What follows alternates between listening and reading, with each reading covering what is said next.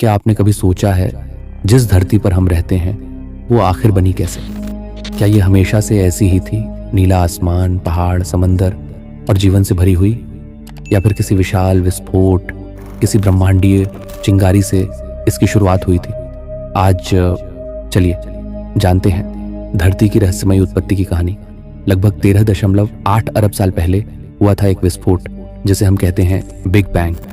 इस विस्फोट से जन्म हुआ समय, अंतरिक्ष और ऊर्जा का। धीरे धीरे इन ऊर्जाओं ने मिलकर बनाए गैस और धूल के बादल, जिन्हें कहते हैं नेबुले।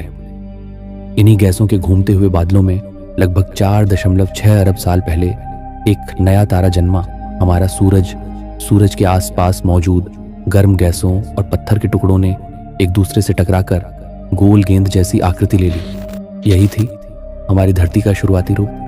उस समय धरती एक जलती हुई, पिघले हुए लावे की गेंद थी। धीरे धीरे समय के साथ जब ये ठंडी होने लगी तो बनी धरती की परतें, कोर, मेंटल और क्रस्ट। और जब धरती ठंडी हुई तो वायुमंडल और बादलों का निर्माण हुआ। बादलों से बरसात हुई और पहली बार बना पानी यही था जीवन की शुरुआत का पहला कदम। अरबों सालों तक धरती पर रासायनिक प्रतिक्रियाएं होती रहीं। इन प्रतिक्रियाओं से पहला सूक्ष्म जीव जन्मा, जो दिखने में बेहद छोटा था, लेकिन उसी से शुरू हुई जीवन की अद्भुत यात्रा।